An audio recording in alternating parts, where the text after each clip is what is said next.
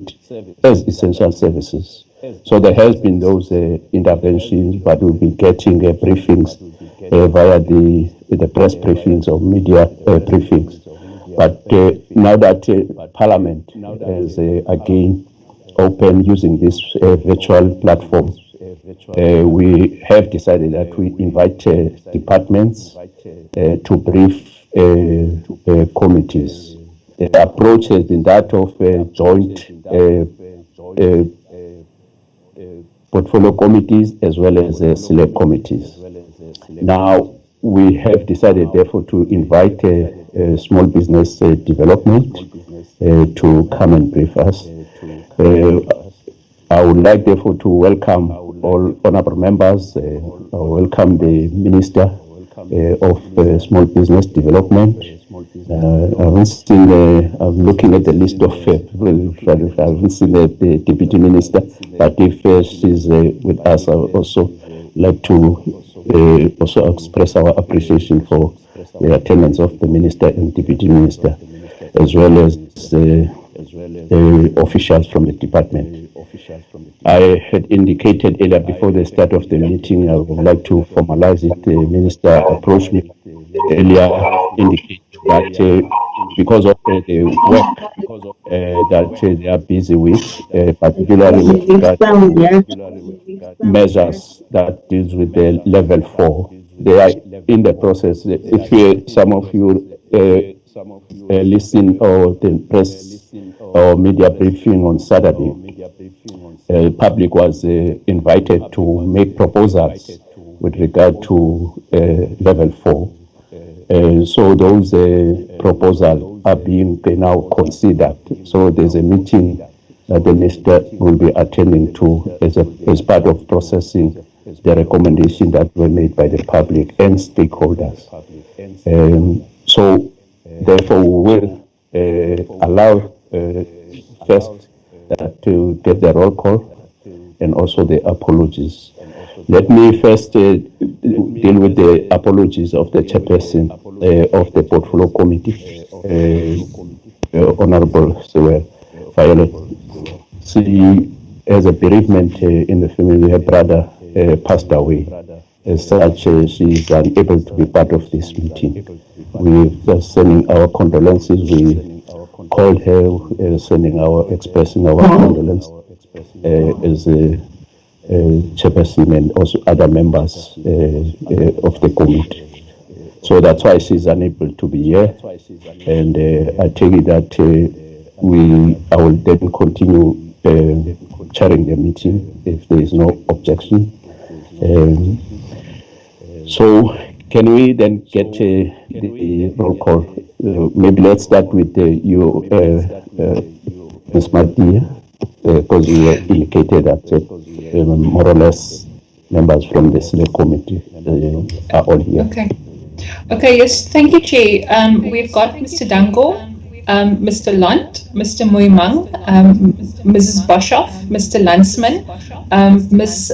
Matavula, and Mr. Protesef. Those are the 8 members present at our meeting. Okay, thank you very much. King? Fellow committee members, can you indicate who is here?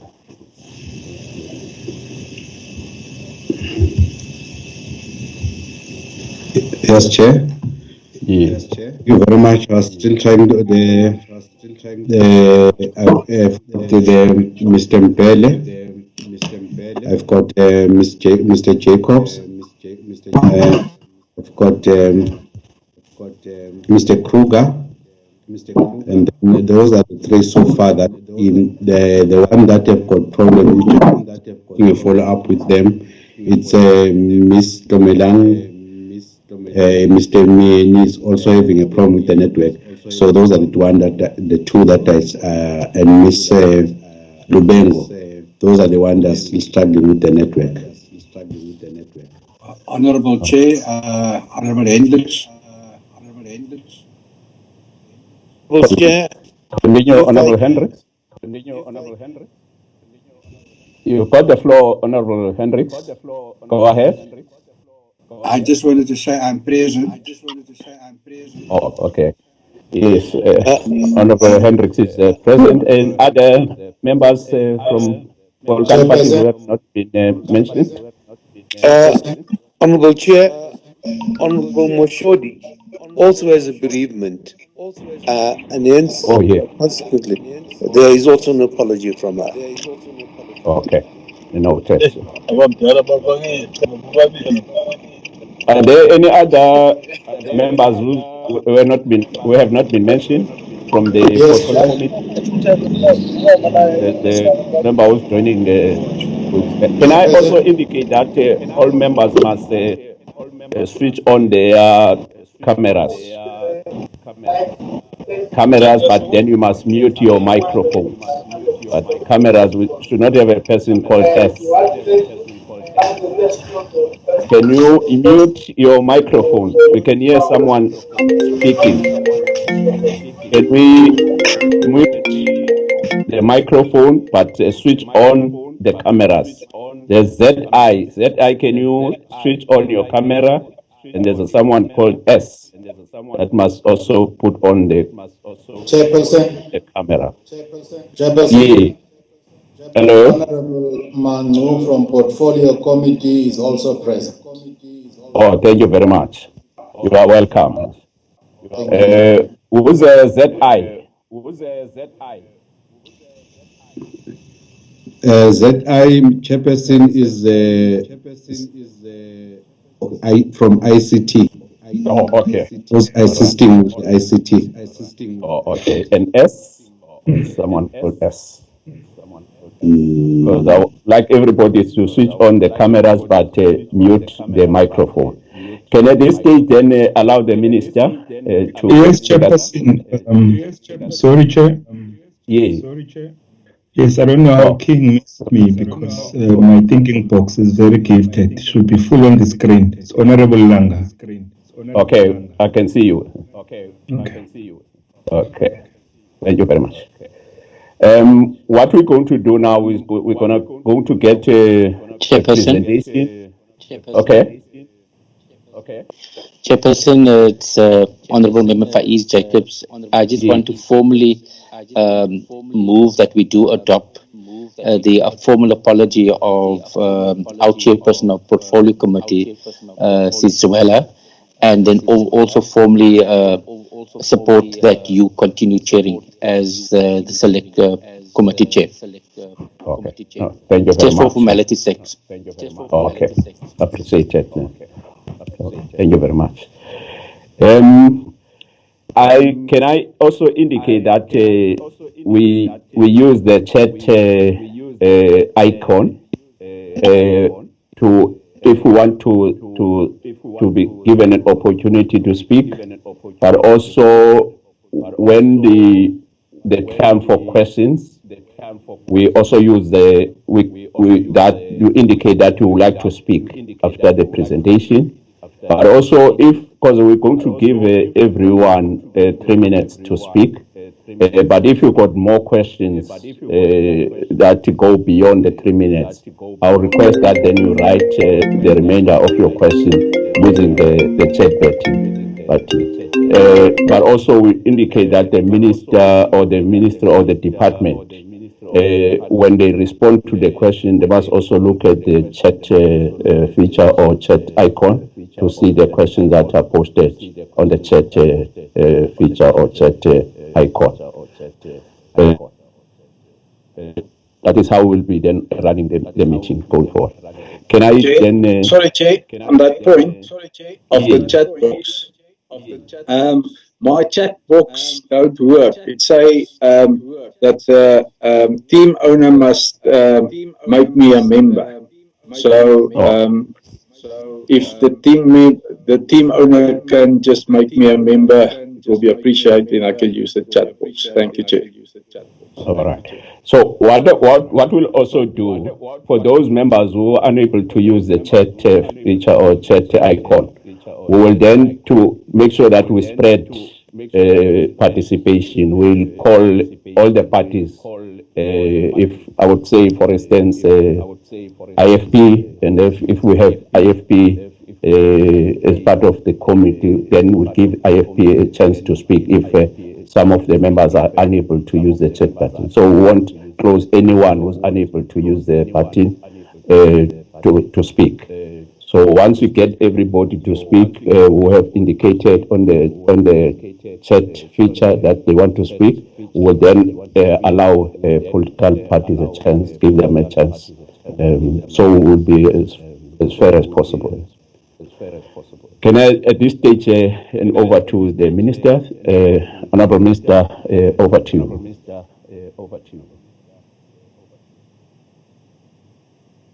Thank you, Chairperson, and good afternoon to the members, both of the Select Committee and of the Portfolio Committee, and thank you for the opportunity to present to you the work that we have been doing over the last 5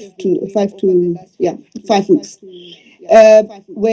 Before we even start, I would like to extend our appreciation for the last that we had to reschedule the meeting. It was because of competing needs of time and space, so we could not be able to avail ourselves to the Portfolio Committee and the Select Committee.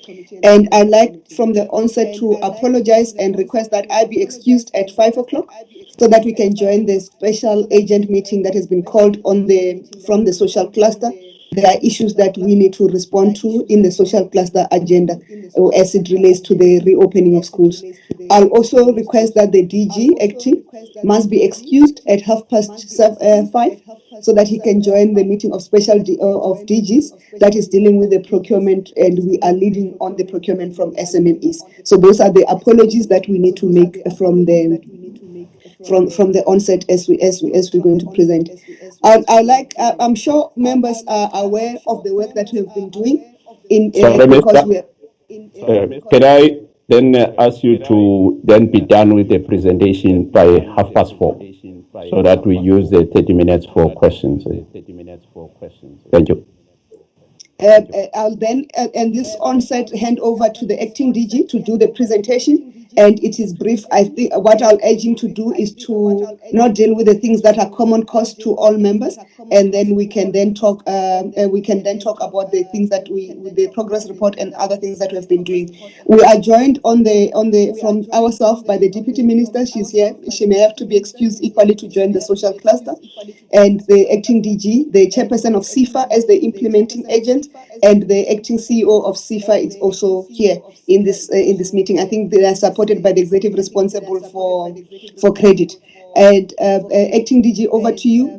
Please, I know you can do it you have just done it in the cluster for 20 minutes, which was a longer one. I'm sure you can do this in 10 minutes.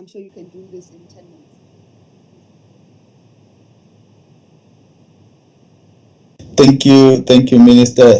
Good morning, good afternoon. I'm used to morning. Good afternoon. The presentation. Oh, King, you want me to do it on my side? Okay, let me do it. Oh. No, I'm still trying to open it. Which one is it yours? Yeah, it's mine. Yeah, you can proceed. Okay. Thank you.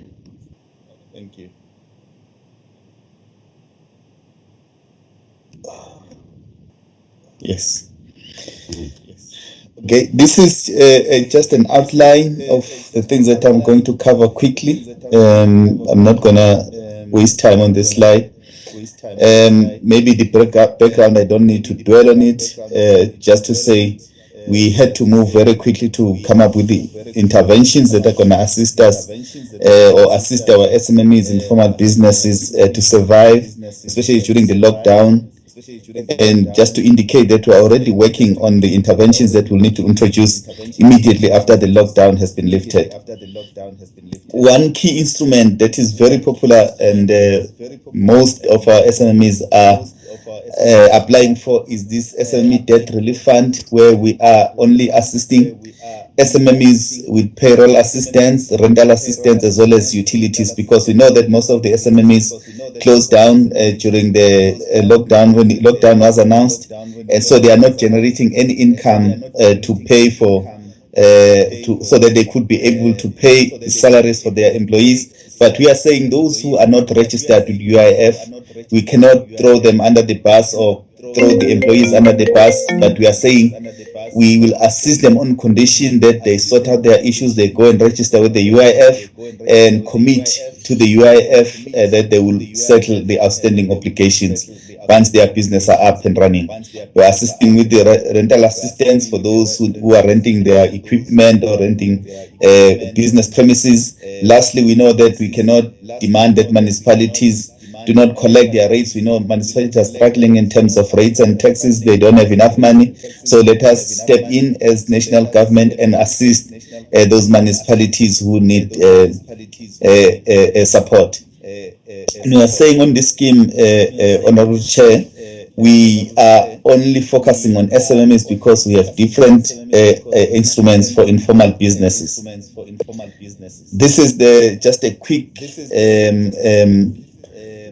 just to show you how business are qualifying. We are looking at businesses that were registered before 29 December, and we are saying companies must be 100% owned by South Africans, employees must be 70% South Africans, and those businesses must be registered with SARS, and we're also insisting that they must register on the SMME database so that we can know the people that we are assisting.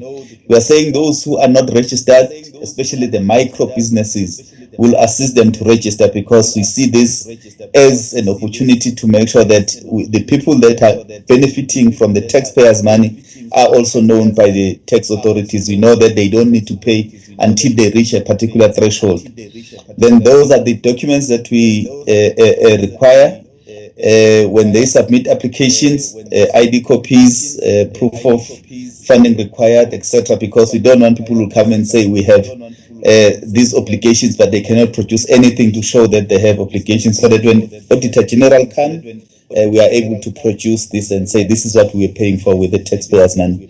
And then the funding terms, this is what we are offering, the maximum amount, but we know with our experiences that the average amount that SMMEs require is around 350,000. We believe that will assist us to cover as many SMMEs as possible. This is another facility that we had come up with, which is business growth, but we put this one on hold because there is a high demand on the other one. And also here we are looking at people who are looking at fulfilling orders for the PPE clothing, as well as food that will be required during this period. So we are linking this one with the request for information that we've issued, and we are having a meeting now immediately after this when I leave this one with National Treasury, Department of Basic Education, and other departments that are responsible for procurement, because we are fighting that they must procure from SMMEs as well as cooperatives, because this is an opportunity, we cannot waste it. So this facility will be required when we have SMMEs that are ready to procure. These are the requirements for this business growth facility. They are similar to the other one, so I won't dwell much on this slide, Chair. Then the next one is the Spaza Shops and General Dealer Support Program, which is a program that is dedicated towards supporting our Spaza Shops, because we believe that those businesses, they can grow and become key businesses that develop the economies of the cheap and rural areas, in particular, and enable those particular areas. We also want to assist our Spaza Shops to become or to realize their potential and serve as centers for locally manufactured goods and services. We also want to strengthen informal business as local convenient and service centers for access to basic goods and services. We also want to make sure that we facilitate dedicated support to make informal businesses profitable and recognized in the formal economy. There are key assumptions that we made when we came up with this program, that informal business owners, because most of them were shut down during the lockdown, they had no other source of income. So they're benefiting from they should benefit from the social relief grants. And informal business are part of the services that will be open first. We also providing support to businesses that are licensed. We're also developing sector-specific approach to improve line of sight. Also, the support is a combination of a working capital and access to revolving credit backed by Kula Credit Guarantee Scheme. These are the requirements, eligibility criteria. We're saying the Spaza must be owner managed and operated. We don't want to support Spazas that have no owners, or the owners are not part of the management of the Spaza. They must have a South African identification document, because it should be people who are also known by Home Affairs. They must register there on our database. Spaza shop must hold a trading license or municipal permit. Here we're also saying they must be registered with CIPC, SARS, and UIF, or they must be willing to register if they are not registered before approval of support. Those are the application requirements and the funding terms. Just to dwell a little bit on the funding terms, we are offering two facilities there in one, which is a 3,500 working capital investment, which is something that we have negotiated with the wholesalers, and we have some commercial banks who are assisting us because we don't have a reach throughout the country. And I must emphasize that these banks are not getting any money, are not asking the Spaza shop to pay anything for these facilities. We are just using banks as access points for us. So it's a 3,500 working capital, and then if you exhausted 3.5 and you feel you still need another additional money from government, you can get a credit facility for 3.5. But if you need the full 7,000, you can come for 7,000, but it will come as a credit facility for you.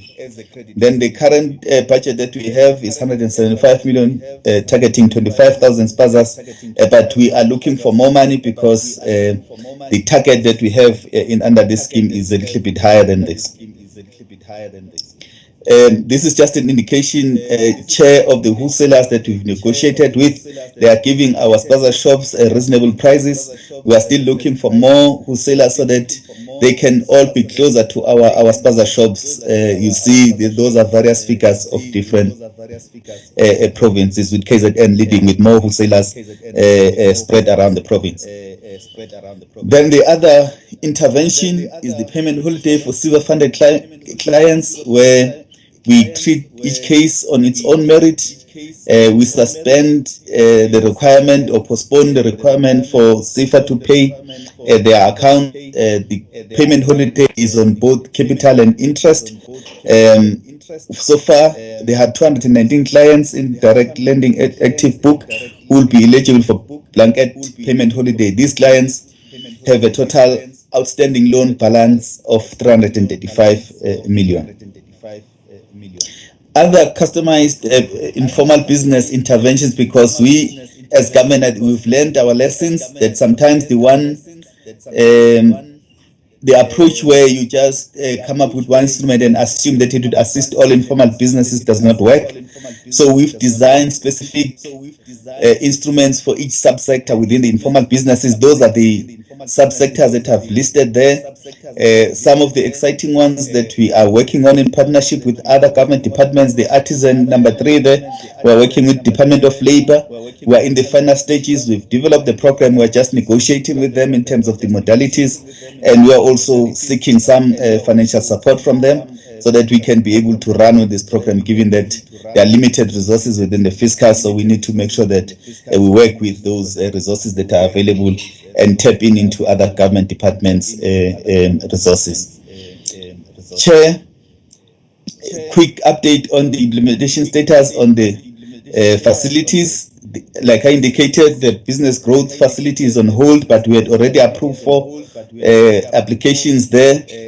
And then on the SMME Debt Relief, we have approved a total of 665 applications that will assist us to maintain 10,986 jobs, because that's critical for us. We want to make sure that jobs are not lost during this difficult period we are going through as a country.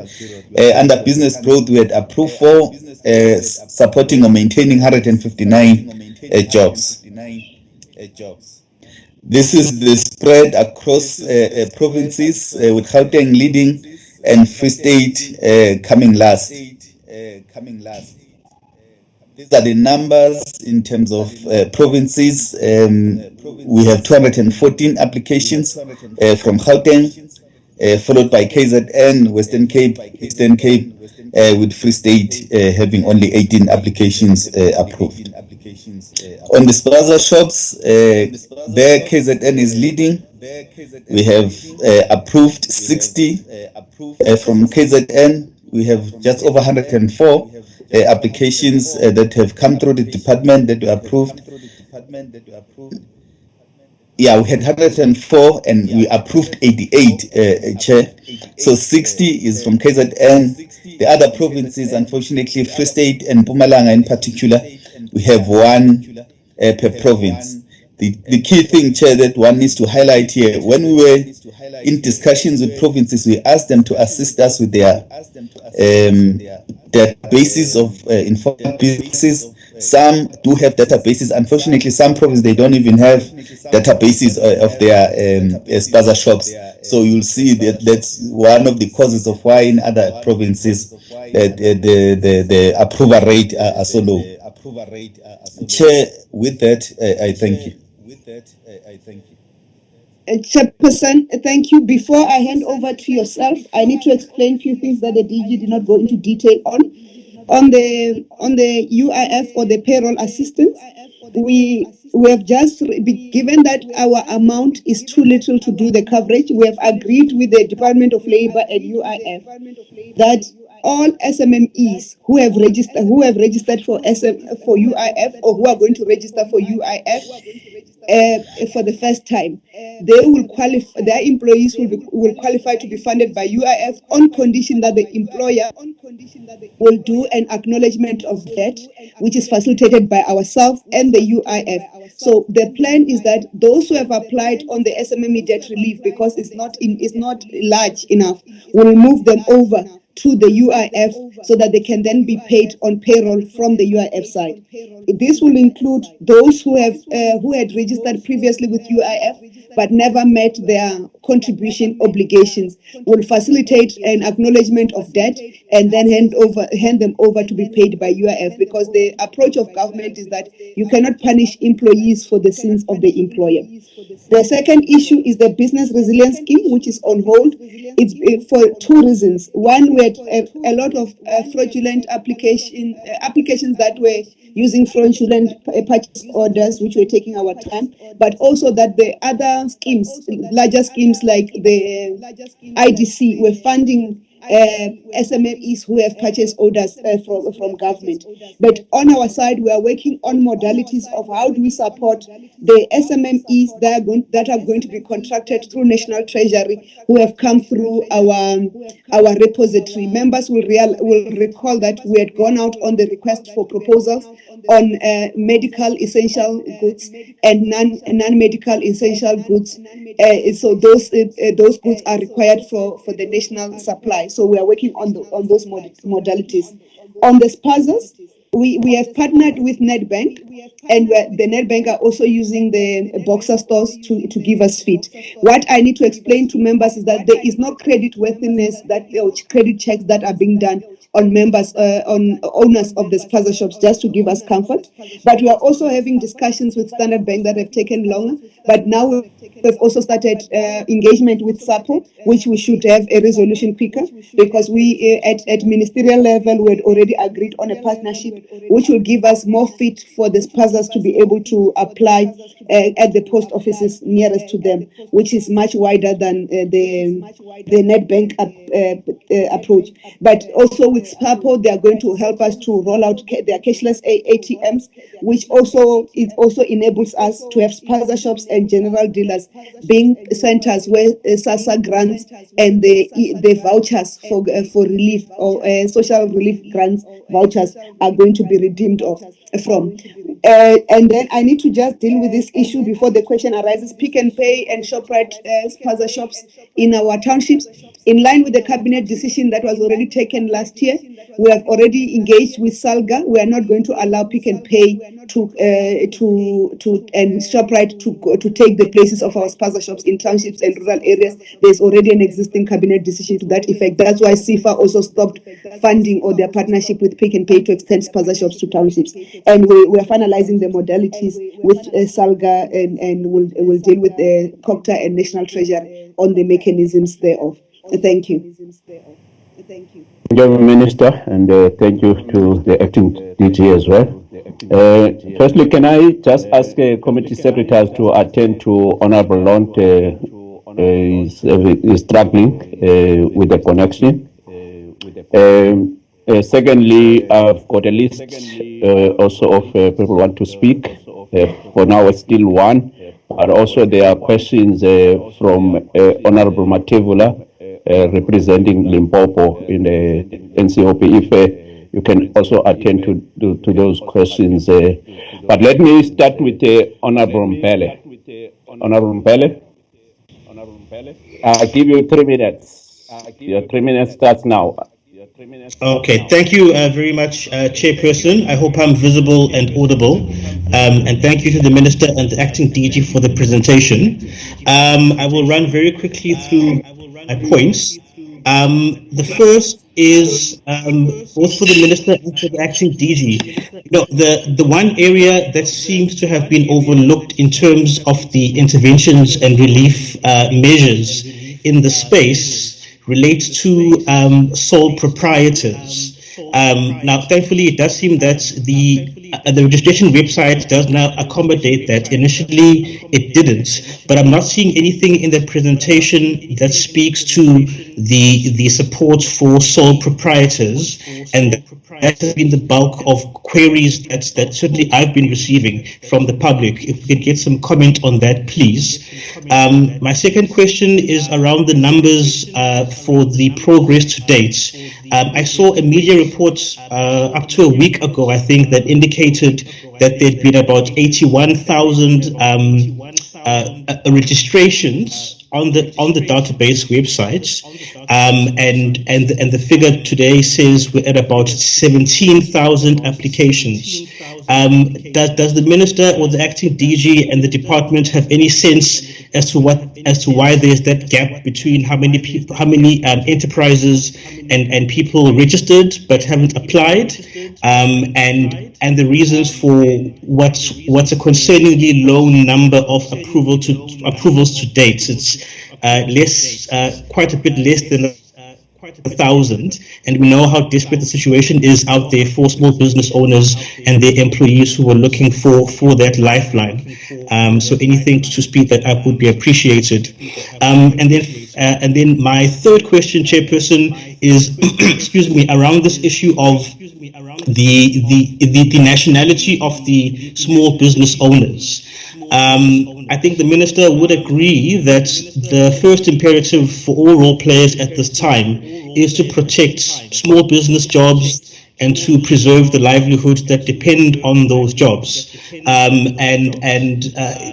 So the question is, how can we strike that balance between prioritizing enterprises that are owned by South Africans for relief assistance, but then also that imperative for job protection and to preserve livelihoods? Because I do fear that very vulnerable people are going to fall through the cracks because of that barrier, because of that stipulation. That's all I have for now. Thank you.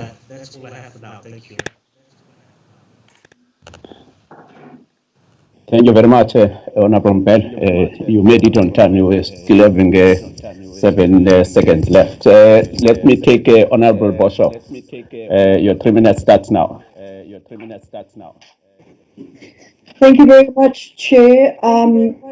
and good afternoon to everybody. My first question is, how many micro establishments who have less than a 2 million turnover per annum have been identified by the department as establishments that are going to struggle or have given an indication that they will have to close down? Then my second question is, how many businesses have stopped their activities on a temporary basis, and how many have indicated that they will be able to last this month, or given an indication that they'll be able to last a month to 3 months, or will be able to last indefinitely? And all right, no, that's fine. I'll type the rest and give all the others an opportunity as well. Thank you very much. Thank you very much. Still at the 2 minutes, 7 seconds. Honorable Magnu. Chairperson, thank you so much. Thank you. 3 minutes. Start now. Minister, and good afternoon, colleagues. Firstly, I want to commend the Minister and the team for the brilliant work that they are doing. Well done, Minister. We are fully behind you. In terms of 100% ownership of South African companies, could you clarify that there are checks and balances to make sure that we can make sure that these companies are indeed employing 70%, as you are saying, 70% employees of South Africa, which I think is a very critical threshold, which I think we should be supporting. Secondly is the issue of what is your comment? We are getting media reports that not all provinces or not all municipalities are giving support to the LED departments, to SMMEs who are needing to be registered in order to qualify. I don't know whether those media reports are really correct or not across the provinces. Thirdly, Minister, are these loans or grants? Can you explain it well so that people understand that they are going for a grant or they will be having to repay, and what are the implications thereof? Lastly, how are you going to ensure that we support the small guy in the township with the opening up of level 4 going forward? Thank you, Chairperson. Thank you very much. You also did it on time. Honorable Tim Rosteseth.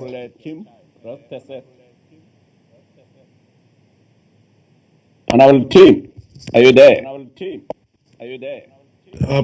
I'm just unmuted myself, Chair. Okay. I'd like to come in, Chair, No, some time. Okay, I'll note you. Okay, you can go ahead. Does my 3 minutes start now? Yeah. Firstly, Chair, just a small apology from my colleague, Honourable Lont. He has to leave this meeting at 5 o'clock for another Western Cape meeting. Chair, just to get into my queries, I would like to just get from the Minister once and for all. There are many South Africans, some of whom may be watching this meeting. I just want to get a firm commitment, 100%, because whether it's fake news or not, it's on people's minds. I saw the criteria for qualification for relief from the Debt Relief Fund. It didn't indicate anything to the contrary, but can the Minister confirm that there are no BBBEE restrictions or criteria in terms of the Debt Relief Fund? That's the first question. Secondly, I've had complaints from a number of companies that have lodged claims through SMMESA.gov.za and have either not received a response at all or have simply received a letter saying that your application is refused or words to that effect, but without any explanation as to why the application was refused. Can the Minister please comment on why there is such a long time to reply, and can we not at least give people a reason for the refusal of the application? Then there was a reference to assistance with rental, utilities and payroll assistance. Is that also on that same portal, or is there a separate email address, or we need contact details for people to apply for assistance with rental, utilities and payroll assistance? And then finally, to echo what my colleague Honourable Mbele raised on Spaza shops. I've had a number of Spaza shops here in Durban that are owned by non-South African citizens, but people who are registered asylum seekers or registered refugees or registered non-South African residents. So they are legal in terms of our Home Affairs regulations, in terms of our law. They are legally here. But they have been harassed by the police, and they have been told to close down, and they've been told that there's no assistance for them. So I understand, obviously, we want to help our South African citizens first, but what are we doing for legal, for documented foreign nationals, people that are here legally? I may have questions later, Chair, but that's all for now. Thank you. Thank you very much. The last one for this round is Honourable Du Toit. Honourable Du Toit, your 3 minutes starts now. Thank you, Honourable Chair, Minister. Seeing that we need to prevent job losses and stimulate the South African economy for all South Africans, can the Minister confirm that the Department's fund is to offer aid to SMMEs and tourism enterprises that are being adversely affected by the COVID-19? Seeing that everyone, notwithstanding their race, is affected by COVID-19, the Department cannot use Section 9.2 of the Constitution, which justifies the correction of discrimination of the past as a justification for discriminating assistance against the consequences of COVID-19. Thank you. Thank you. Let me just take the last two hands. Honourable Django. Yeah. Honourable Django. Sorry, Chief. Yeah, I've got you on the list, Honourable Hendricks. Yeah, I've got you on the list. It's going to be Honourable Django, Honourable Hendricks, and then Honourable Fayez. And what about? In that order. And Kruger's Chair? Okay, let me add you. I don't see your name in the list. Okay, you'll be the fourth one. And then after that, we ask the Minister to respond. But then the DG will carry on until half past. Honourable Django? Switch on your unmute, Honourable Django. We can't hear you. I just want to ask the Minister if we are making special provision for people who are going to manufacture masks, ventilators, and other resources for this particular period, if there's going to be particular support and focus upon them. Thank you very much. Thank you very much, Honourable Django. Honourable Hendricks? Thank you, Honourable Chair. Honourable Chair, I think it's very commendable to try and reach 25,000 Spaza shops and to make 175 million rand available for it.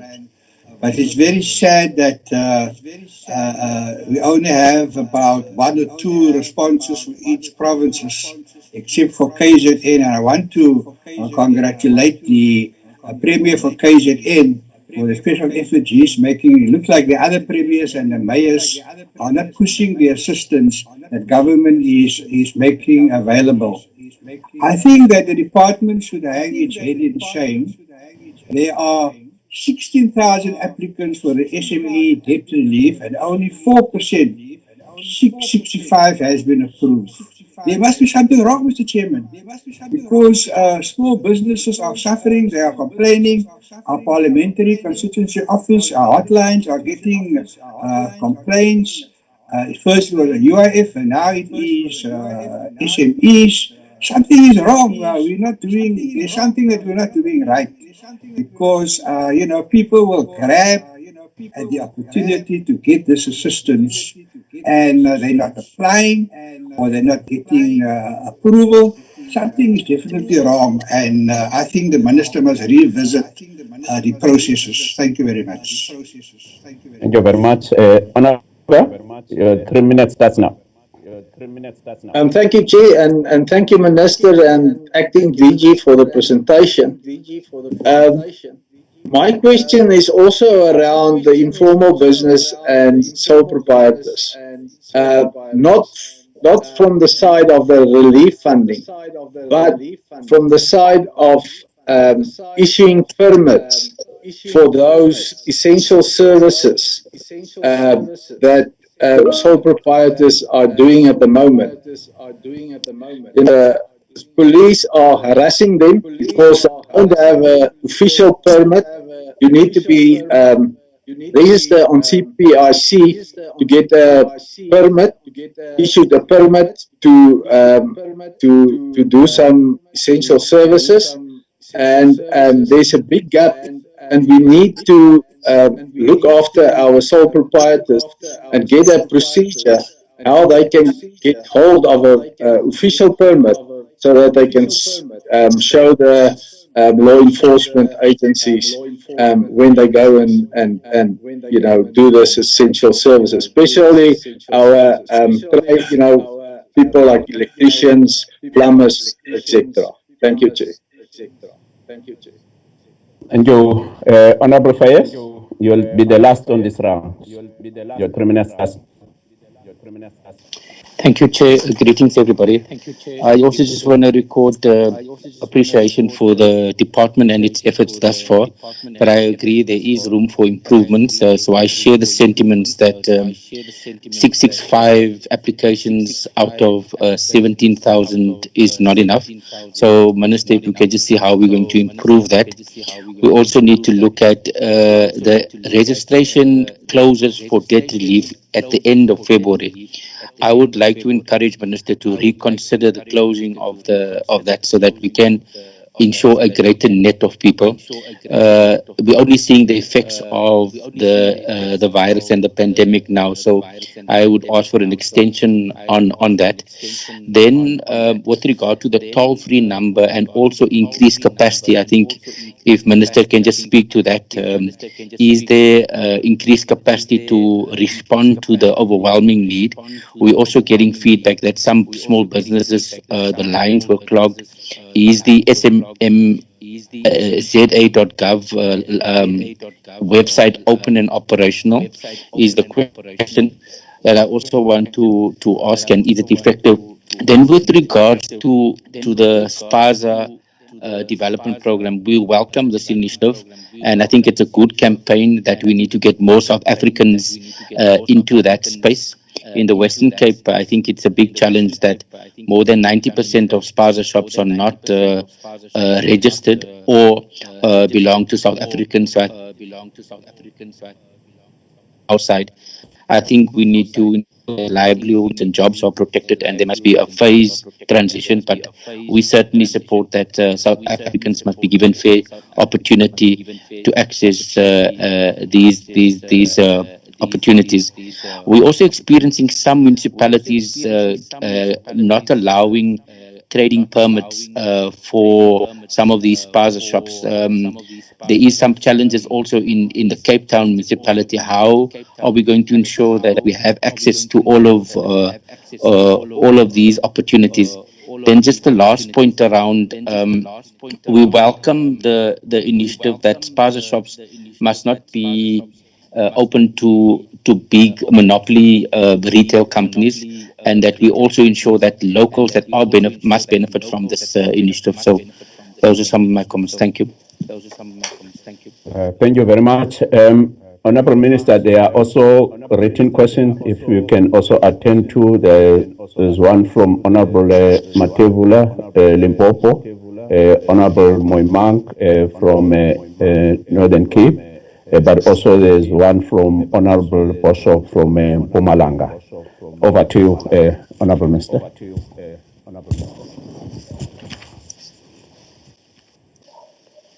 Thank you, Chairperson. Maybe let me start on the issue raised by Honorable Hendricks. Can you please on your camera, Honorable Minister? I am on my camera. We just see KN. We don't see the picture. Can you see me now? Not. Oh, okay. Continue. Minister. We can see. Chairperson, I can see the minister. Oh. You're lucky. Yeah, can me see the too. minister now. Thank you. I'm All Honorable right. Kumra. Let me start on the question raised by Honorable Hendricks of percentage of approvals vis-a-vis applications. We have indicated that the allocation that we had when we started the fund, was 530 million rands, which was divided into two funds, which was the debt relief and also the SMME, the growth and resilience scheme. And we indicated that we've got an average, though we've set a maximum amount for approval for debt relief, we've got an average of 350,000. That is applications. So if you take the applications that were sitting, because the number is increased, at 16,000 and multiply that by 350,000, you will realize that we need 5.6 billion rands to attend to the 16,000 applications that are there with us on average. That's why we have done an agreement with the UIF so that they can take over some of the burden, because our pot or our kitty is too small. And we are working with National Treasury to make sure that there can be more money available on the scheme.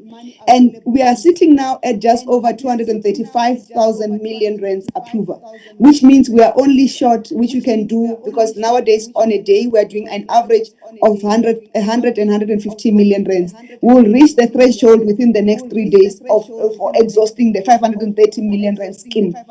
What I need to acknowledge is that the first 2 weeks we had teething problems in terms of the approvals, but we have since found a mechanism of fast tracking that, and that's why we're sitting at the sitting in.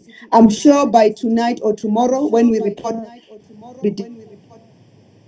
the issue of approvals, I think members, what we need to emphasize is that there is not sufficient money to fund SMMEs that is available to us. What we are working on is to make sure that where there are opportunities and funds that are available in sister departments and agencies, we have done agreements to make sure that SMMEs are catered for.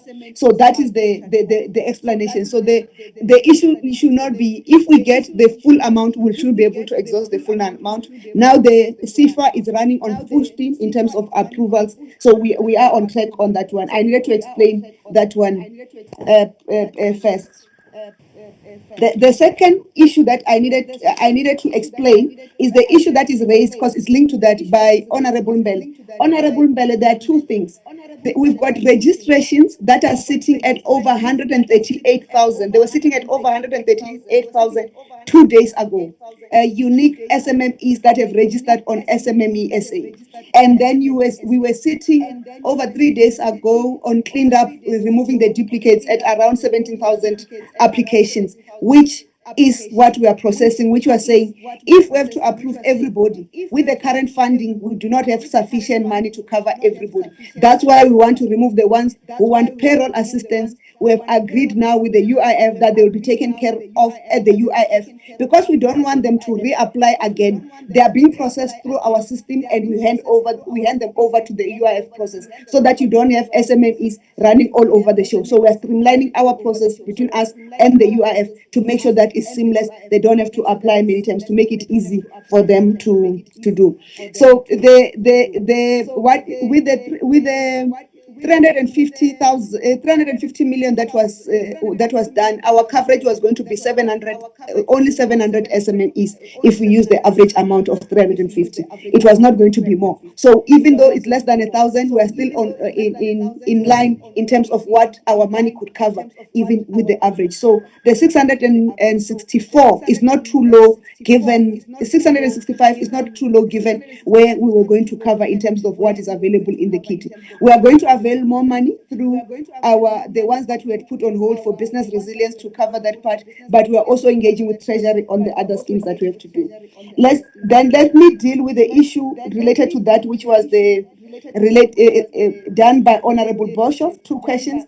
How many micro businesses? It's only now that we have started a database. There was no database in South Africa that will tell you how many SMMEs at what category of micro, small, and medium. It's only the SMME SA that we are starting to have a database that we can talk about and say this is the base that we are using. And we know out there that already there are projections that you've got between more than 2.5 million SMMEs in the country.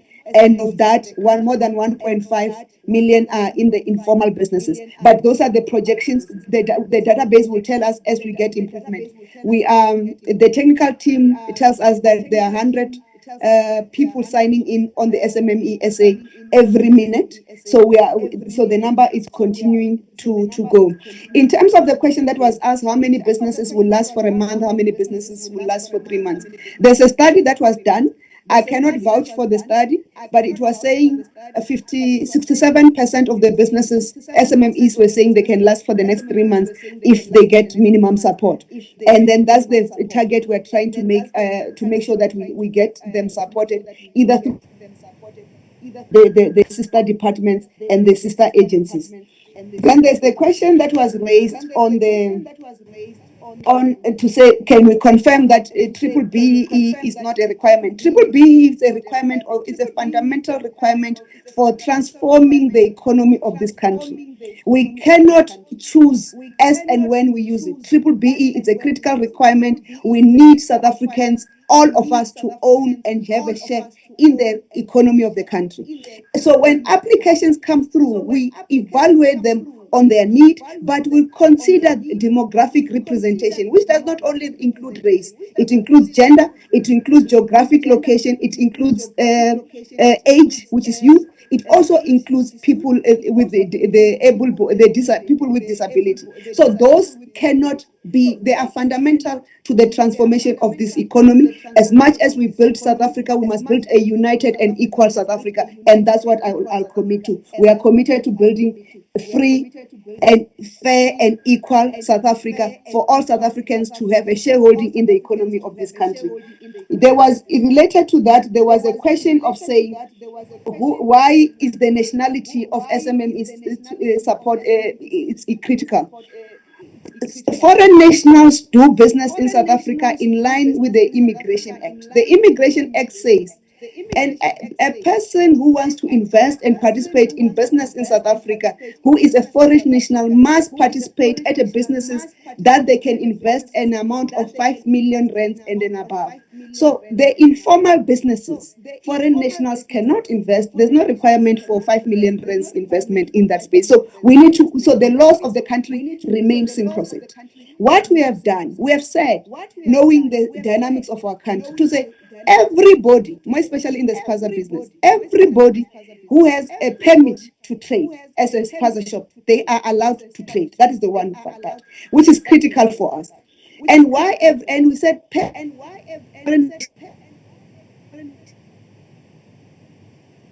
a valid passport that allows you to operate a business in South Africa. 2, if you are an asylum seeker with that certificate. 3, if you are holder of a refugee status. In terms of support, the right, as much as the right to trade is extended to everybody, right to support is a reserve of South African nationals and those who are protected by the constitutions as refugees in this country because they hold a South African ID book. Asylum seekers, status holders, unfortunately their permit is for 3 months and our support is extended over a 24-month period. So they do not qualify because they don't meet that period and their status is not guaranteed that they will be approved or not approved. We'll deal with the refugees because they're entitled to the government accept the right to vote. So that's where we are. And the issue of protection of jobs, what we have found is that foreign nationals do not hire South Africans in those jobs. Foreign nationals hire non-South Africans in those jobs and they hire people who are illegal. That's why they can't even register them for UIF. So that's what we need to clear. So foreign nationals who can trade, when they can trade, they must register their employees with UIF and those employees must have permits to be in the country. And in line with the labor requirements of the country, the entry level of the small businesses require that 70% of employees must be South Africans. And if you have employed a non-South African and you have registered them for UIF, if they have papers, you go and apply for relief at UIF.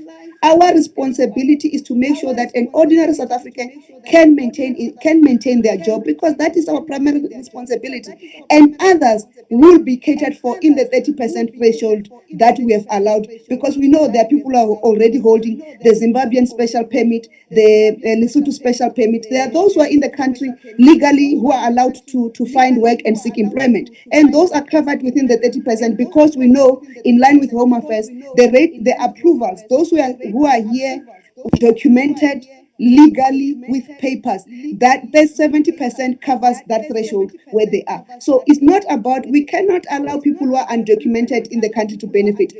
This is different from giving food. If people are hungry, you must give food to everybody, but this is business. Business is a right to trade, and it's a preferential right, and we are supporting South Africans and foreign nationals. Foreign nationals are allowed to trade as long as they have permits, but our responsibility for survival at this survival rate is to South Africans and those protected by the Constitution of the South African and international statutes who are refugees. That seekers, asylum seekers are temporary in the countries. When their status of permanence is confirmed, we'll take care of them. Then there was a question that was raised, and I'm dealing with the issues that I feel I must address and leave the ones that the DG will deal with in terms of other things. In terms of loans and grants, we are giving loans and soft loans because we need to be able to recoup them and extend the cover to other small businesses who will require those covers. And that's why we're giving soft loans. And why we give soft loans is that we accept that some businesses may not be able to survive this, so we should be able to have a treatment mechanism of the soft loans, so that those businesses that are not able to survive beyond this period owners do not carry the burden of a business that has failed, not because of their own, but because of the current situation facing us. And in terms of the issue around media reports that some provinces are not supporting informal businesses, it's related to the question raised by Honorable Jacobs in terms of the Western Cape and trading permits. What the other provinces are doing their best through the municipalities. We have a specific challenge with the Western Cape, in particular the Cape Metro, Cape City, who are not wanting to support and giving permits to local South Africans who want permits.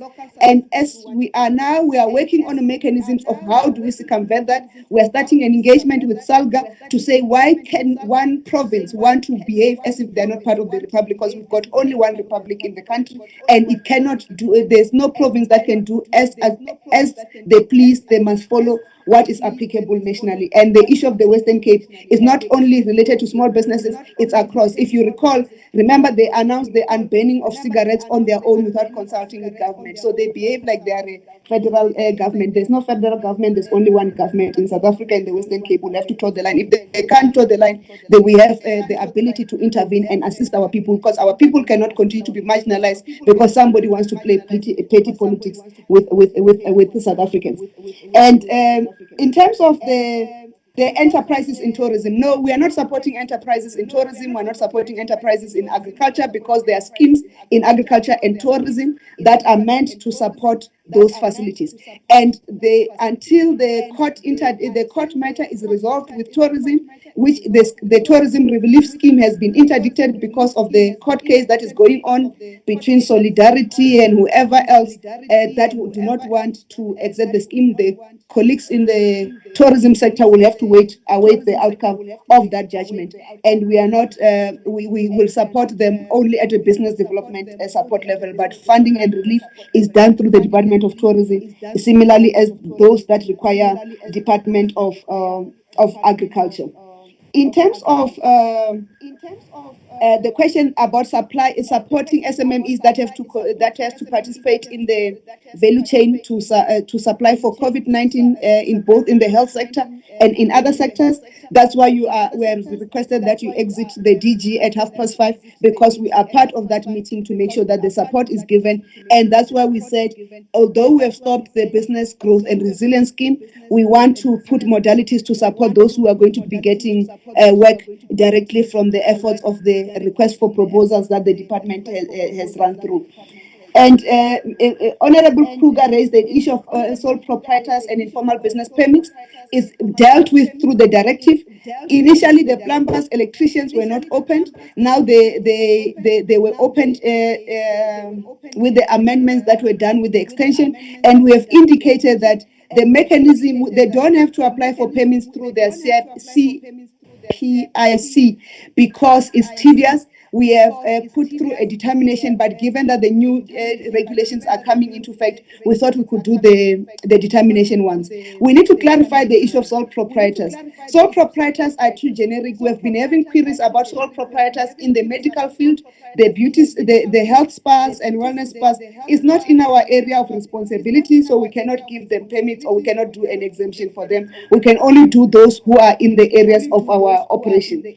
And the Honorable Muema raised an issue of a reopening. If restaurants reopen, what is the support? We will announce the necessary support when a decision is taken in terms of the reopening in line with the level 4 regulations. We'll announce the support that we're working through. And Honorable Jacobs, the registration and applications did not close on the 29th of February 2020.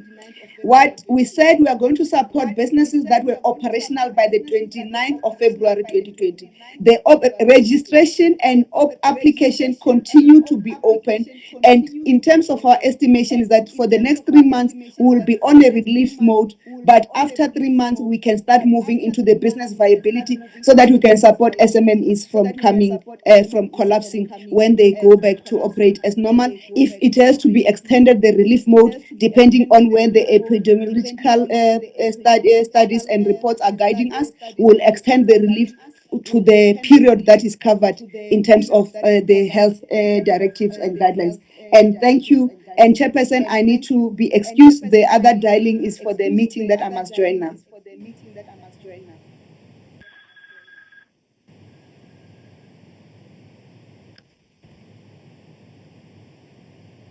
Thank you very much, Minister. DG, I think before he leaves at past, we'll have to respond to some of the questions. But I will also request him if he can also start with those that are on the chat icon, if he can start with those. So you are released. Thank you very much, Minister. Thank you, Chairperson. Thank you. Acting DG. Thank you, Chair. The first question that is there is from Honorable Matebula about measures that we put in place to assist business owners who are in rural areas and township who are unable to access internet. What we have, Honorable Chair, is the hotline. Initially, we had some challenges. It was clogged all the time, but we were able to get support from provinces. We got support from Limpopo, Eastern Cape, as well as Northwest. So we have more than 20 people on the desk at the call center all the time, and we extended our operating hours so that people can be able to access our support through they can be able to inquire and also get guidance from the hotline. But in terms of support, our offices, the entities offices are still open. I know that in some the face-to-face engagements is limited because of the virus, but they can be guided through the online process, because the form, we try to simplify it as much as possible while ensuring that we are still within the governance requirements. We don't get into trouble come Auditor General, because we've been advised that even though it's a disaster period, let's not forget governance issues. Must make sure that we are spending the taxpayers paid. In terms of applications, I will ask SEFA to also provide an up-to-date report in terms of how many applications. But as of Saturday, if I'm not mistaken, we have run about 30,000 applications that were being sift through, because what we receive sometimes it's email inquiries. So we got PwC. They came on board, they offered their services for free to assist us in terms of just separating applications and inquiries, assist ensuring that we are able to get real numbers in terms of applications. So I'll ask the chairperson of SEFA to give us the latest updates in terms of how many applications they are sitting with. Can you first finish all the routine question and then we allow then SEFA to respond to the specific one that you're referring to? Yes, Chair. And then there is a question from Honorable Moemang in terms of how many, the opening of restaurants and fast food. Yes, here we are working. We got this information when it was announced by the minister last week. I think it was Saturday, that some restaurants will start opening, but it will be delivery. People are not allowed to go to the restaurants to collect their food. So what we are doing, we are working with the South African Post Office, because they need to have some sort of application that would assist people, like those who know Uber Eats. You are able to order wherever you are, and the restaurant will come and deliver to you. So we are still exploring those facilities. Today, as I'm talking, colleagues are meeting with the South African Post Office to explore the possibilities of utilizing those apps. Some colleagues have already offered. Department of Science and Innovation, they are also offering some solution that can assist us for people to be able to deliver and people to be able to order from a particular restaurant which is close by. But there's also an issue of cost, that some restaurant they will want to charge a delivery fee. So it's something that we really need to look at. So as Minister indicated, we are working on finalizing an instrument that will assist especially those Chisanyamas in the townships, as well as those mamas who are selling fast food outside there in the streets, those quarters. But we need to find a very cost-effective way. So we are engaging with the relevant people who can assist us to address this. But we are intending to assist these restaurants with some startup stock, so that, because most of them, they sell perishable food, so it went off, some of it, and some of it they had to utilize it when the close down was announced. My calendars. There's a question from Honorable Boshoff about micro lenders. They would like to know when they can reopen. I think we can wait for the announcement before Friday. I know the National Command Council is sitting on tomorrow, which is Wednesday. I think where decisions will be taken in terms of which businesses are opening, and we will be told then to announce that and make sure that people are aware of which businesses are opening. So I don't know when they are opening. We'll know then.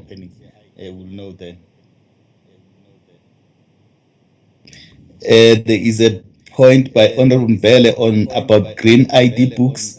Yes, I think Minister clarified that anyone who has an ID, South African ID, they do qualify for support. I think we've indicated that on our instruments as well. I think that one was covered. Yes, UIF, I think they've come out and indicated that they had some challenges in terms of the number of applications that they were receiving. So that's why from our side, the agreement that we are reaching with them is that because we've received some support from other stakeholders like PwC, where we believe we'll be able to handle more applications now, they should be able to will do the work on our side, especially for those who apply through SMME SA database, and we'll just give them cases that are almost complete, because we know that they are inundated with applications. Even though they had said initially, one of the issues that they raised with us, that they had indicated that they want employers to apply to them. Unfortunately, those employers who have not registered their own employees with UIF, they are not coming forward and applying to UIF because they know that they have not registered their employees. So what is happening now, the UIF ends up receiving applications from people who are not registered at all because their employers did not register and pay. but because they cannot dump people out, so they are negotiating now. UIF ends up negotiating with the employers and say, please, can you fix your story so that your employees do not suffer? If you can make a commitment that you will pay once your business is up and running, at least we can try and assist your employees, because it's unfair to the employees not to get the appropriate support, whereas it's not their fault that they were not registered in the first place with UIF. I'll ask, I think we did project the spread of the applications. I think the majority is Gauteng, followed by KZN, I think, and then the last one we know that it's Free State. So I think we did indicate that on the presentation, Honorable Hendricks. How can self-employed bakery hawkers? Yes, these ones we said we are finalizing the instruments. We will be announcing shortly because we believe that not everyone should go through SMME SA database in terms of applying, because it's a little bit complicated for them. So that's why for Spaza shops, for example, we have a different route. These ones as well, the hawkers, the bakers and confectionaries, street vendors, we are also quickly coming up with a different process which would be easier for them, but we still need them to register on the database so that we can know who they are and where they are located. On the call center, I don't know whether the question is about the call center number. I'll write it down here on the chat. Okay. On the questions on refusal without explanation, let me ask SEFA to explain that one. All right.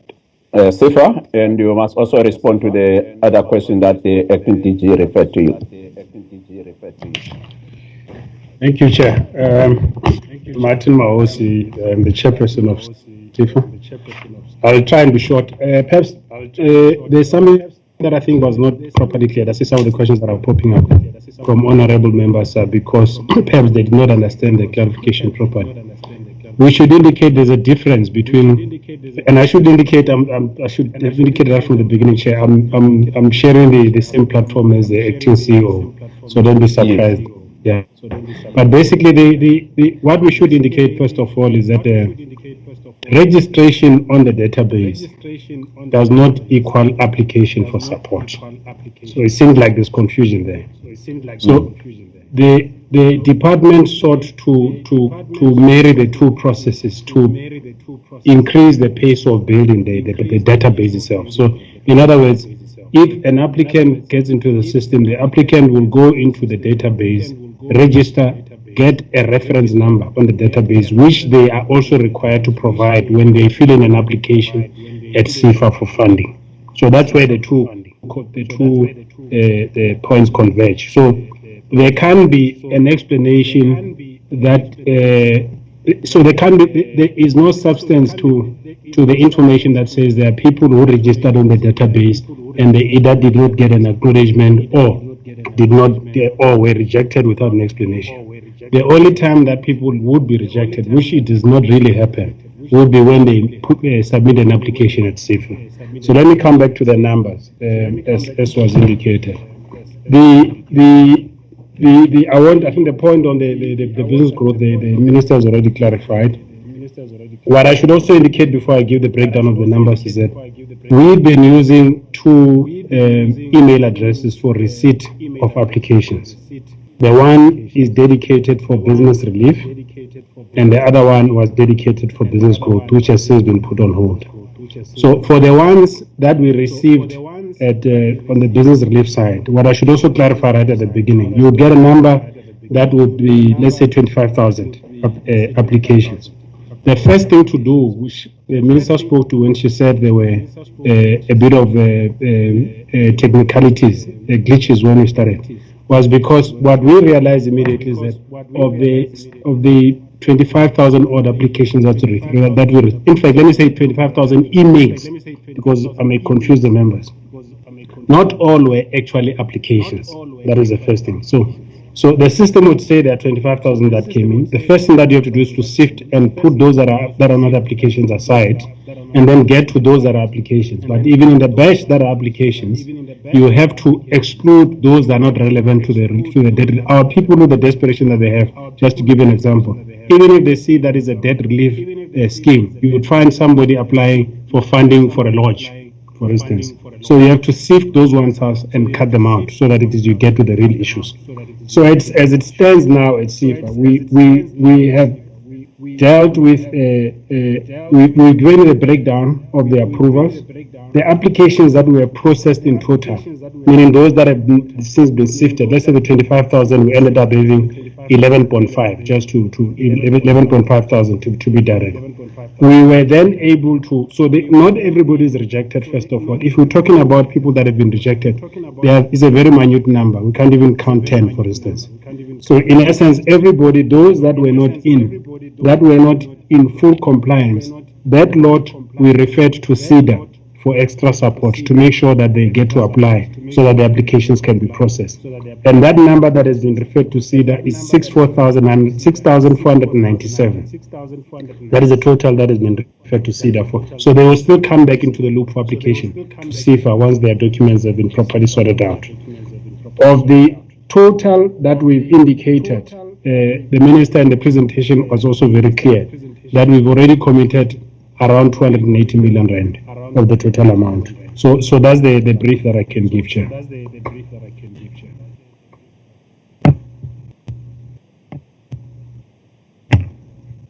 Thank you very much. Honorable Acting DG, are there any other questions that you still need to respond to?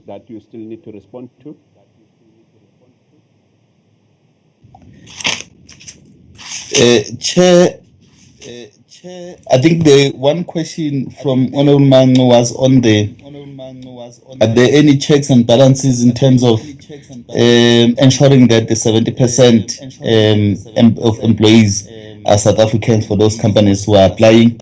Yes, it's part of the criteria that we look at SEFA.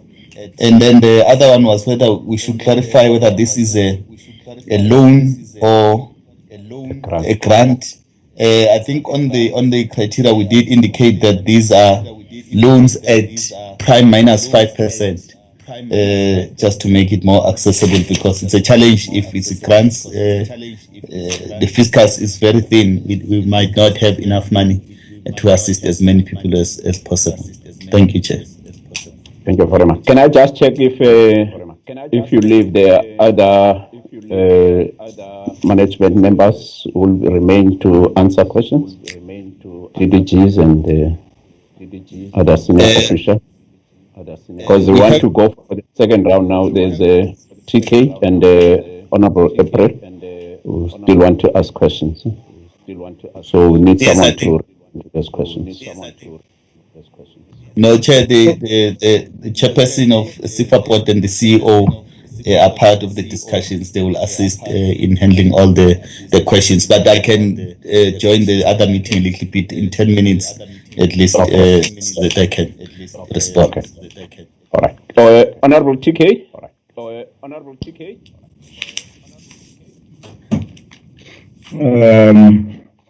Thank you, Chairperson, and greetings to the colleagues. It's been unfortunate that I've missed the first round while this minister was still around. However, I do believe that the acting DG will be able.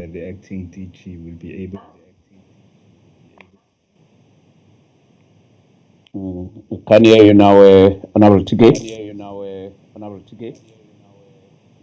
Hello. I think it's frozen. Yeah. Are you still there, Honorable TK? Can we take Honorable April in the meantime, whilst technical people are attending to Honorable TK's connection? Honorable April?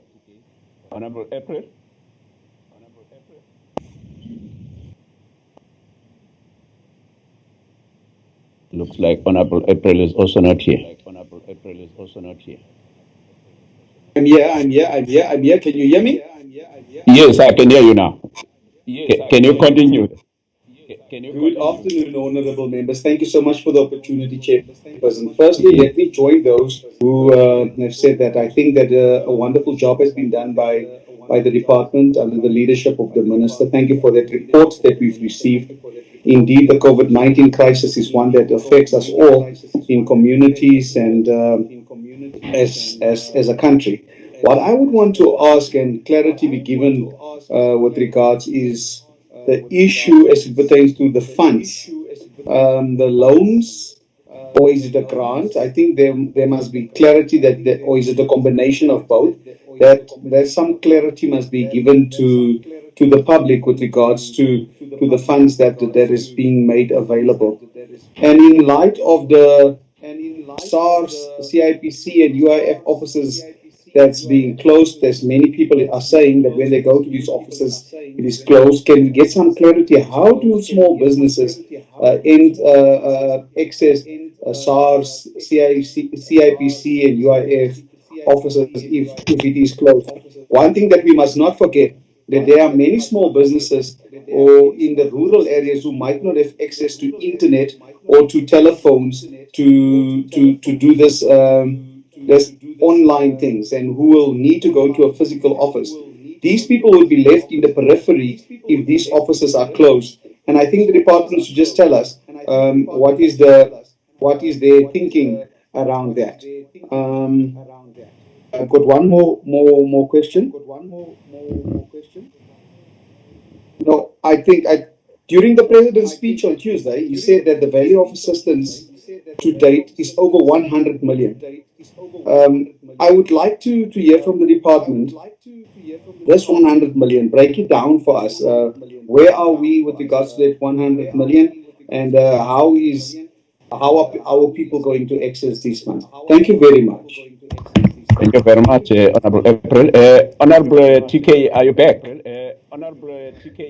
Yes, Chairperson, I'm here. Can you hear me? Yes, I can hear you. Thank you, Chairperson. I don't know what happened, this technology thing. Sorry. Maybe Honorable April had something to do with it.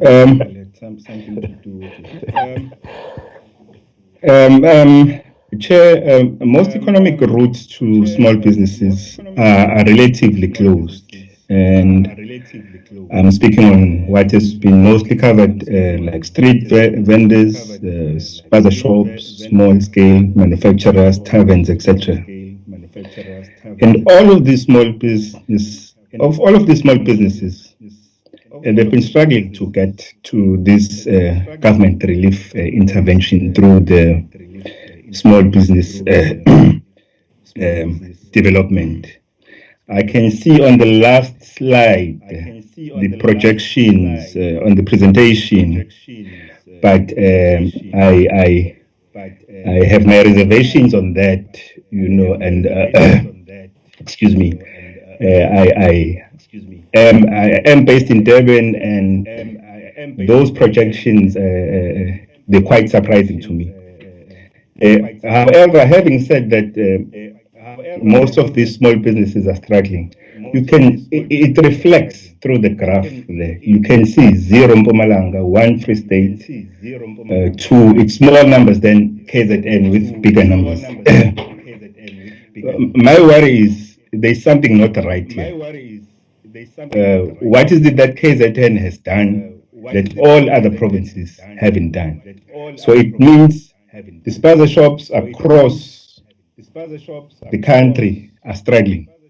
So what has been the intervention of the department to ensure that the intervention reaches the small businesses in these other provinces? And I also noted, I think it was on slide, I think it's 4.1, Spaza Shop and General Dealer Support Program. Excuse me. Whereby there's a website, then it says the requirements, on the website, ID copy, then valid municipal permit, and the license to trade. My main colleagues, we all know, given the environment and the current circumstances, it is not easy for a layman, and most of our Spaza shop owners are not even computer literate. So what is it the government that is doing to ensure that it reaches that mama at the corner of the street in the township, that this is what is required of her to do? And having said that, Chairperson, I would request that maybe, having seen the projections, that we be given maybe some sort of the list rather of these Spaza shops that have been approved, just to check the authenticity there. Another one, Chairperson, is Black Business Council was reported concerned that black business was being sidelined in the procurement of COVID-19 medical equipment. My question then will be, what is the department intervention in this space in ensuring that the small businesses access these opportunities as well? I mean, we are all aware that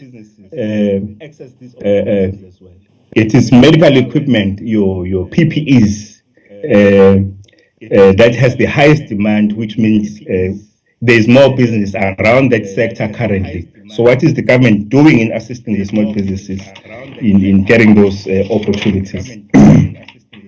Can I ask that you write the rest of your questions on the chat so that they are responded to? Okay, thank you, Chairperson. Considering that I was sabotaged, may I ask this last one? Yeah, short, that's why I allowed you more time. Yes, okay. I allowed you more time because of that. Just last one, Chairperson. Does the Department of Small Business consider decentralizing the procurement processes to the provinces, as they have database of all deserving small businesses? I thank you, Chairperson. Thank you very much, Honorable Tige.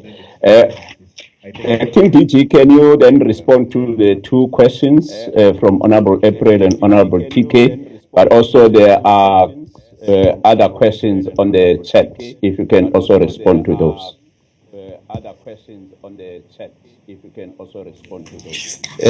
Thank you, Chair. Maybe to start with the last one on the procurement, we are fighting for the space, because what has been done is the procurement is centralized at the Department of Health. They are the ones, because there are certain specifications that need to be met, so they have to procure and meet those standards. What we have done from our side, even though we were not invited in the initial meetings, was to go out and ask for SMMEs to register, to give us their capacity, etc., etc. We have that database now. That's the database I'm supposed to be submitting in this other meeting with National Treasury and Department of Health, and as well as Department of Basic Education, because those are the people who will be procuring a lot, and we are pushing for SMMEs and cooperatives to be included in the procurement, because what has been happening is that because of the agency, they'll end up going for big companies because they with the excuse that it's agent procurement, so we cannot wait for small business to be ready. But we are saying small businesses are ready. We have the list of those businesses. We'll be doing that in this other meeting that is taking place. The second one was on what has KZN done differently. What happened is, not because I'm from KZN, but they are very organized. What happened is, before we even started with this program, they gave us a list of 8,900 Spaza shops. They know in which districts these Spaza shops are. They have the contact details and everything, so they were ready even before we started introducing the program. So we are not surprised with the uptake that it's quicker in KZN than in other areas. What is I'm not sure about, but sefa will clarify this further in terms of sharing the list. The challenge is we have what we call is POPI Act, which might restrict us in terms of the information that we can share. because that POPI Act protects the privacy of the person who's engaging either with government or with other stakeholders. So, but SEFA will confirm that whether we can share that information or not. And then in terms of clarity, I think I did provide clarity that this is not a grant, but it's loan at prime minus 5%, so that we can make it as a soft loan as possible. Can I request SEFA Chair to just clarify on the value of support and break it down? But I think we did give that information in the presentation in terms of where that the money has gone to. But SEFA, you can just provide clarification. No, just before, because they're going to remain with us. Can I ask you then to respond to the written questions? Please. On the chat.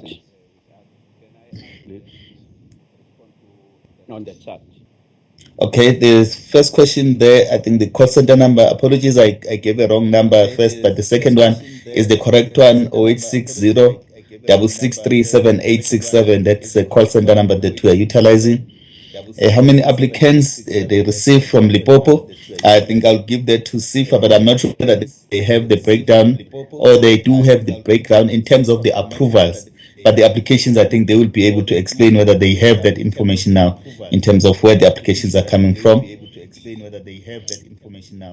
This Honorable Boshoff about the flour, I don't know. I think we have to wait for the discussions that are taking place, because throughout this week, I think particularly tomorrow when the National Command Council sits, that's when decisions will be taken in terms of which sectors are opening. So I wouldn't have information in terms of whether the fresh flour market, for example, will be opening this week. So I don't have an answer for that one. It's the National Command Council that take those decisions, informed by the net joints. Okay. That was the last one, eh? Oh, there's also this one. How many applications did they receive from Limpopo? Yes, I said SEFA must just advise whether they have information on the applications, but I know they have on the approvals how many are from Limpopo. Okay. All right. Okay, SEFA, Chair. Sorry, Chair, I don't know whether you're excusing me. Okay, you are excused. But SEFA and SIDA also here. You are excused. But okay, SEFA, can you continue? Executive Chair. Okay. No, thank you, Chair. Okay. Let me start with the questions that were raised by Honorable April. We clarified it earlier. The applications or the schemes are loans, soft loans, and the rate at which they are going for is prime minus 5. We clarified it a bit earlier. So there are no grants. There's no combination of grants and loans. It's loans. On the two schemes, let me indicate. On the two schemes, the SMME one and the business growth one. The Spaza shop scheme, it has been breaking down also. It's very soft arrangements that have been provided. There's a detail there on the presentation that explains the splits of the allocations for operating capital and so on. The issue on I think the comment on us giving information to the public is valid. There have been a lot of communication through the department. The minister has been issuing a lot of communication that we know that is not sufficient. We as SEFA, we are also looking at a way apart from the normal communication platforms like our website. We're looking at a way in which we could augment on an emergency basis the possibility for us to expand on our communication capacity. There is a procurement process that is currently taking place. It will be for a limited period, at least to overlap the 6 months that we believe is critical for this period until we jack up our processes. So we totally agree on that. It's a point that we know that is a big limitation. And the understanding is that when we do that, when we communicate to the public, we'll do it such that we communicate, we bring in the efforts of all the players, meaning SEDA and sefa and the department. So try and harmonize that communication as much as possible. I think the other question that Honorable April has raised, it was part clarified, but we should just clarify it in a slightly different way. When we say the entities must be registered with SARS and UIF, it is not a condition that then gets the person declined. The minister tried to explain that. So it may be a condition precedent when the final contract is signed so that we can dispense the money, but it would not be a point at which we decline people. And in fact, some of the things we may not have covered in the presentation. There are small things like, the documents to be attached. We know that people may not have access to internet and so on. We've been allowing people to send some of the documentation via WhatsApp, for instance, just to take a picture and send something so that we can be able to verify, because we can verify through other mechanisms. So at application stage, we've tried to lower the bar as lowest as possible. But we should also indicate that perhaps there's a connecting point that was raised, I think, by Honorable TK, that related to access in terms of most of the services being closed. SEFA and SEDA have been declared essential services. So the offices of these entities, and SEDA has a very wide range of wide footprint all over the country. Those offices can be accessed for people to get assistance. So that's part of what honorable members can communicate out there. So colleagues are available as we speak now. People are working at SEFA. Some of the people, of course, some of them are working remotely. Those that are critical to make us operate faster are here working. I'm basically at the SEFA office myself at the moment. The other issues that relate, I think that would have been best addressed by the department. I'm not sure if the DG, relating to the questions that were raised by Honorable TK. The second question was on Spaza shops, and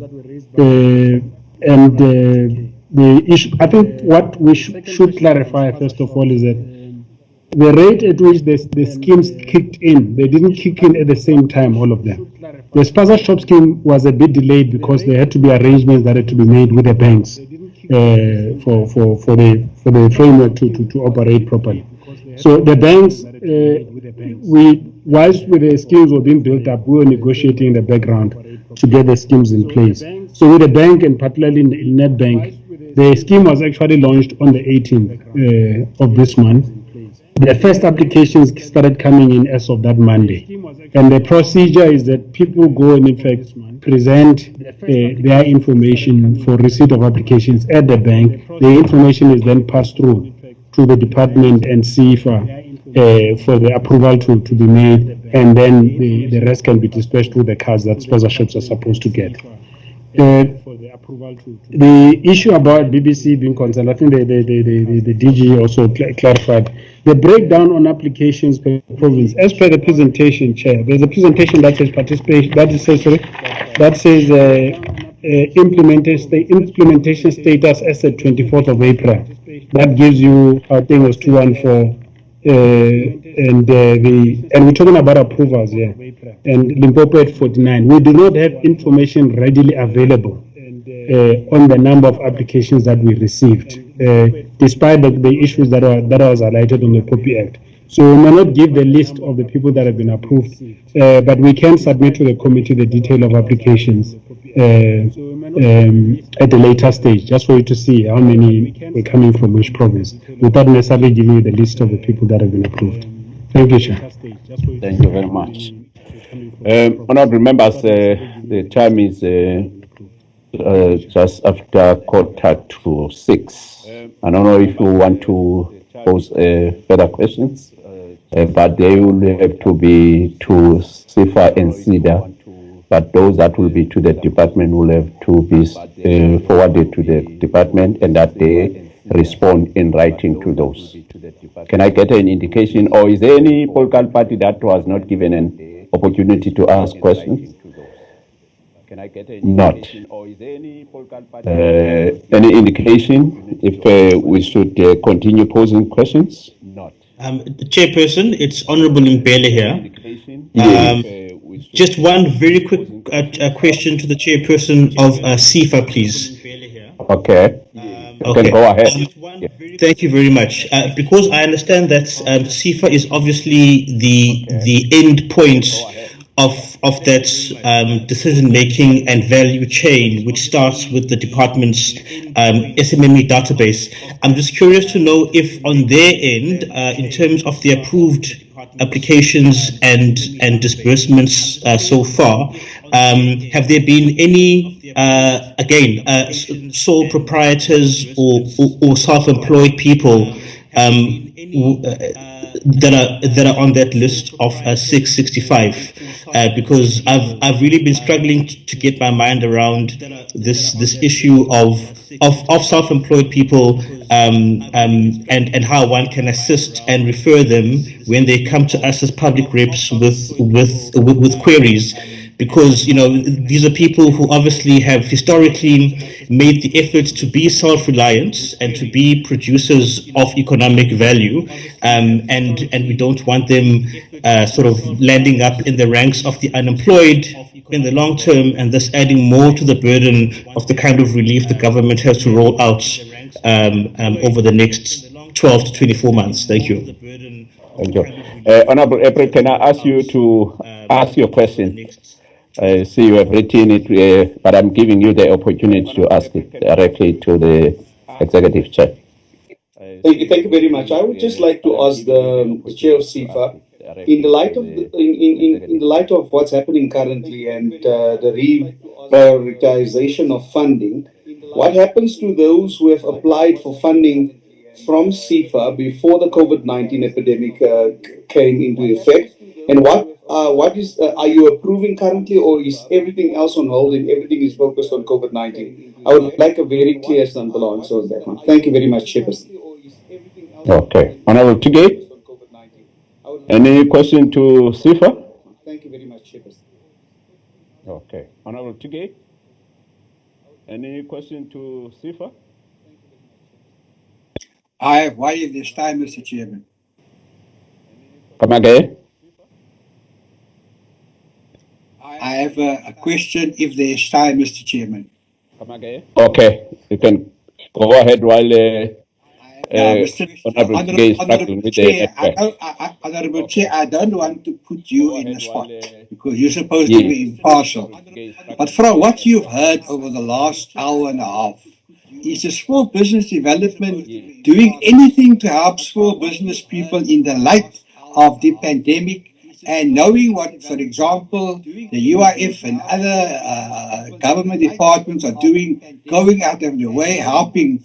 And here we are depending on small businesses to help us recover after the pandemic. And there's nothing that I've heard in these last 2 hours that has given me any indication that our small business development is up to the task. They're letting the country down, Mr. Chairman. That's my opinion. I don't know how you feel, Mr. Chairman. I think you need to express your opinion, Mr. Chairman. Can I also make a comment? I think that when the platform is first to get a presentation on what work the department is doing, what measures are they employing in terms of COVID-19. They've reported that they've got this program on the debt relief, on the Spaza shops and general dealers, and there's also there's one that is now on hold. And they also reported that there's a COVID-19 emergency fund. But if there are any proposals, members are free to make proposals to enhance the process going forward. Honorable Fayez? Thank you, Chair. I think I'm of the view that the glass is half full rather than half empty. So I think, yes, we need to be patient, but there is also room for improvement. I share Honourable Member Hendricks's concern that more must be done because the poverty and the the challenges is big, especially amongst the poorest of the poor. So especially our townships, our rural villages, our township economies must get more support. So while we commend what the minister and the department is doing, and you can hear they're working around the clock. I'm hearing from the chairperson that the toll-free number is open from 8 till 8. They process things. They also need to follow due process. So I think we need to improve the capacity. I think for me, one clear recommendation that we need to do is the Spaza shop campaign needs to be driven quite hard. So we need to ensure that we get our targets, meet our targets of 25,000 in the next period. We're calling on both SEFA and CEDA and the department to look at increasing their implementation capacity. So that's for us as oversight. We will obviously ensure that we encourage people to apply, register, and we will ensure that our oversight is done without fear or favor. And so areas of room improvement must happen. But I think let's give them words of encouragement. They're also on the front line. They also need to ensure that their safety is ensured. So it's only now that the president have announced level 4, where staff, government staff can also go back. So I think we need to be patient. We need to use technology as effectively as possible. I think there's also lessons for us. We need to encourage our people in different provinces to be betterly organized. And so we need to ensure that processes are helped. We're also going to see that services for businesses like accountants, like lawyers are made available so that they don't pay extra cost to access these loans. So I want to just say to the members that we note what the presentation of the department has done. I think there is room for improvement. Ours is to get regular feedback. Ours is to check on the ground if it is happening. And so if those 600 applications have been approved, the next report we need to see how many of that is disbursed, and we also need to ensure that more gets access to this grant. So that's my submission, Chairperson. Thank you. Thank you very much. At this stage, let's allow then the executive chairperson of SEFA to respond to the questions. The question of Mr. Mbele and Mr. April. Chair, thank you very much. On a lighter note, let me just clarify. I'm just chairperson, not executive. Oh, okay, I would appreciate the promotion. You're also acting as the CEO. All right, no, you're not acting. I'm just clarification. Not executive. All right, sorry for the clarification. No, thank you so much. Let me start with the last question, and I think honourable members, and thanks honourable Jacobs for the words of encouragement and the clarification. Perhaps let's break it down. And I realize that we had not responded to the comment that was made by Honourable April, that the president announced 100 million. 100 million, when the president announced at that stage, we were not even halfway through what we had done.